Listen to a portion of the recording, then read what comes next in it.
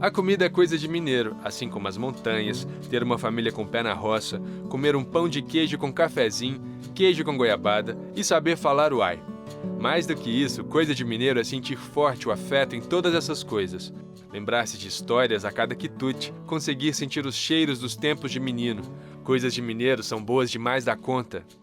No caderno de receita de hoje, eu converso com uma pessoa que também é apaixonada por Minas Gerais, a Isabela Lapa, do blog Coisas de Mineiro. Tem também a receita de uma broa brulê deliciosa. Isabela, um prazer bater um papo com você para saber um pouquinho mais da história do Coisas de Mineiro. A gente já se conhece de eventos. De eventos, muito, sempre comendo. Como é que começou tudo? Então, João, quando eu criei o blog, foi em dezembro de 2015. Eu sempre gostei muito de sair, de conhecer lugares diferentes. E as minhas amigas sempre perguntavam, onde que a gente pode ir? Vamos no lugar, onde que a gente pode encontrar, happy hour, essas coisas de mineiro mesmo. E aí eu sempre sugeria um lugar diferente, mas não adiantava, as pessoas sempre iam no mesmo. E eu já tinha um blog de literatura, então eu já gostava de compartilhar coisa na internet, até que um dia eu falei assim lá em casa, não, vou criar, foi assim, desse jeito, vou criar um blog de Minas. Aí minha irmã falou, lá vem ela inventar coisa. Eu falei, vou chamar Coisa de Mineiro, se tiver esse nome vai ser agora, por Deus, sentada no sofá. Aí tinha, coisa mais improvável no Instagram, ter o nome que você pensou, não tinha logo, não tinha nada. Aí peguei uma fotinha de Ouro Preto, da última vez que eu tinha ido, coloquei lá, não tinha nem descrição da bio. E comecei a postar. E aí as coisas foram acontecendo, né, foi crescendo e eu fui aumentando também as minhas ideias ali. Mas começou assim, de uma forma totalmente espontânea, para postar dica para as minhas amigas. Agora já está aqui com quase 80 mil. Quase. Eu não acompanho muito essa questão do número de seguidores, porque cada vez mais, isso desde o meu blog de livro, eu acho que é mais importante você ter um leitor que confie em você e converta no que você fala e dê credibilidade a você do que número. Né? Até porque hoje em dia a gente sabe, tem muita gente que segue porque está passeando aqui, depois volta para o estado e fica aí inativo. Então eu acho que o número não é o mais importante, mas cresceu bastante. Você falou que começou então postando as dicas dos lugares onde você já ia, para suas amigas verem e tudo mais. Só que chega um ponto que isso vira profissão, não é? Sim. Quando é que isso virou profissão e quando é que você viu que, nossa, é disso daqui que eu quero viver? Olha, quando eu ia para o meu emprego, que eu sou advogada e eu trabalhava numa prefeitura, quando eu ia no meu emprego para trabalhar chorando. Eu tinha ótimos amigos, eu adoro todos eles até hoje, a gente sempre se fala, inclusive, mas eu levantava e entrava no meu carro e chorava.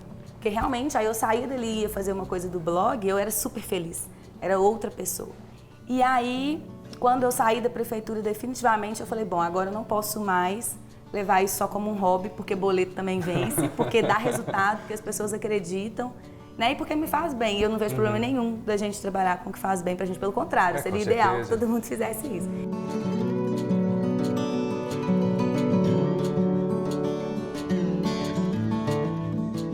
Começou com posts de comida, então. Mas hoje tem muito mais do que isso, né? Sim. Vai muito além disso. Na verdade, eu nunca quis ter um blog só de comida, sendo muito honesta. Mas, como eu trabalhava de 8 às 18, só sobrava tempo para ir em evento de comida, que é o que tem para fazer à noite, às vezes. Aí começou a ficar muito comida, sabe? Aí, às vezes, eu ia numa peça de teatro, numa orquestra, que eu adoro todas essas coisas, e eu falava assim, não vou postar, porque não tem nada a ver, eu só posto comida. E aí, acabou virando um blog de comida que não era a ideia, por questão de tempo mesmo. E aí, quando eu passei a ter, de fato, tempo para organizar a viagem, planejar pautas, fazer uma coisa mais caprichada, eu percebi que eu não precisava falar só sobre comida, né? Que, na verdade, eu consegui colocar os conteúdos que me interessam mais, que são pontos turísticos, lugares na cidade, eventos culturais, falar de coisas que eu amo, tipo orquestra, filarmônica, enfim. Peça de teatro, exposição de arte.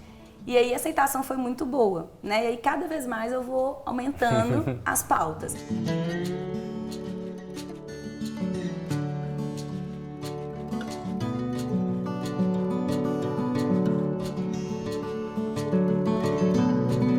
Mas então as coisas foram acontecendo, mas eu levo muito a sério o conteúdo e o que eu me propus a falar. Então, se eu me propus a falar de Minas, da cidade, não adianta eu falar de Minas e da cidade sentada na minha cadeira. É verdade, né? Tem que passear pelo estado e pela cidade. Isso, então as pessoas me falam muito assim, você é muito animada. Não sou muito animada, tem dia que eu tô cansada, né? E eu não tô nem um pouco afim de andar, mas eu me dispus a fazer isso. Tem que fazer, é o trabalho, né? Eu faço, é um trabalho. Um trabalho ótimo, mas é um trabalho.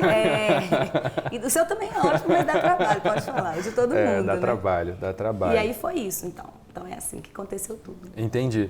Vamos falar então mais sobre a comida, né? Porque coisa de mineiro, tem várias coisas de mineiro, mas comida é uma das coisas mais conhecidas Com certeza. de nós mineiros. A sua relação com comida mudou depois que você começou a fazer o blog? Porque quando você começa a trabalhar com isso, vem também essa obrigação de conhecer pessoas novas e lugares novos, experimentar coisas novas. Como é que era e como é que ficou a sua relação com a alimentação? Olha, eu sempre gostei de comer bem e coisas diferentes. Mas mudou muito, tanto porque hoje eu dou muito mais valor a uma comida simples, bem executada, do que comer num grande restaurante renomado que às vezes não tem tanta qualidade. Hoje eu me preocupo com uma coisa que, assim, honestamente, antes do blog sequer passava pela minha cabeça, que é a origem do ingrediente. Então antes eu chegava no supermercado e comprava aquilo que todo mundo falava que era gostoso. Hoje não, hoje eu já tento saber de onde que vem aquele queijo, de onde que vem aquele café, por que é feito dessa forma. Às vezes eu fico até chata, que eu falo com as minhas amigas, mas isso nem é artesanal. Mas não é de propósito, é porque você começa a perceber o valor disso, né? E perceber como que essas pessoas contribuem para o mercado e às vezes são muito pouco valorizadas. Então mudou minha relação com comida, porque mudou minha forma de ver o mercado da gastronomia. Então é mais do que uma coisa pessoal. Entendi. Né? Eu passei a gostar de outras coisas, né? Igual eu até te falei, cerveja artesanal, que é uma coisa que eu não gostava. Desenvolvi outros paladares, lógico. Mas assim, eu acho que o que mais mudou foi isso, foi o valor, eu aprendi a dar valor à origem da comida.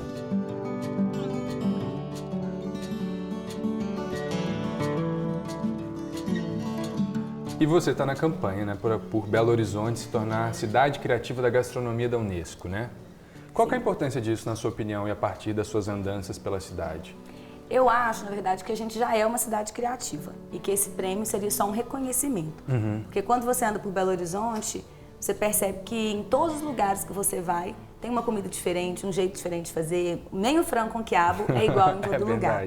Então, e Belo Horizonte consegue ser uma cidade grande, com comidas excelentes, restaurantes contemporâneos também super interessantes, mas que preserva as raízes, né, do interior.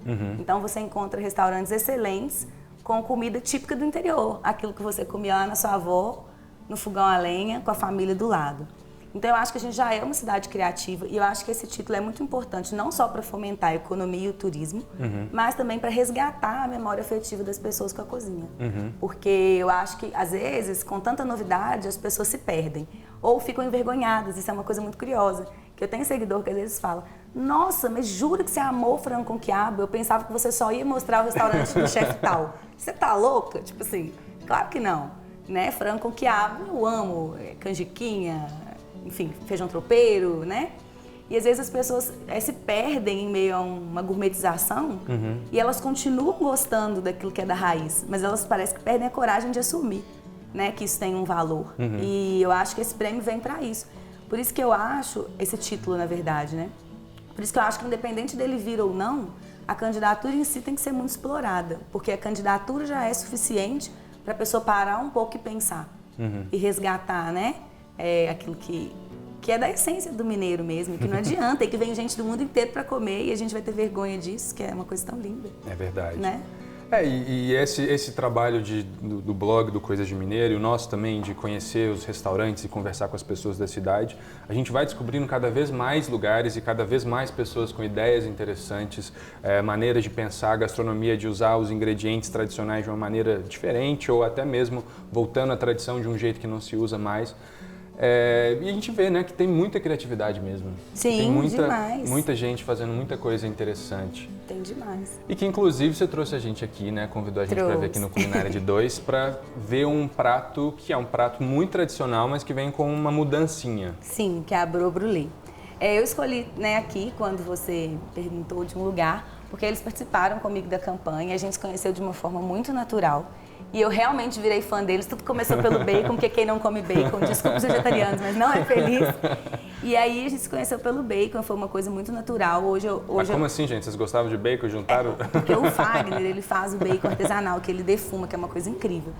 E aí a gente se conheceu por isso e hoje eles são meus amigos, mas eles têm um trabalho incrível, sabe? Assim, eles realmente têm estudado, buscado fazer uma coisa diferente e a broa é maravilhosa. E aí quando eu pensei em participar dessa campanha, eu pensei, tem que ser a broa deles, não pode ser outra coisa. A broa não, tem que ser algo deles, na verdade, a broa, a ideia, eles que deram.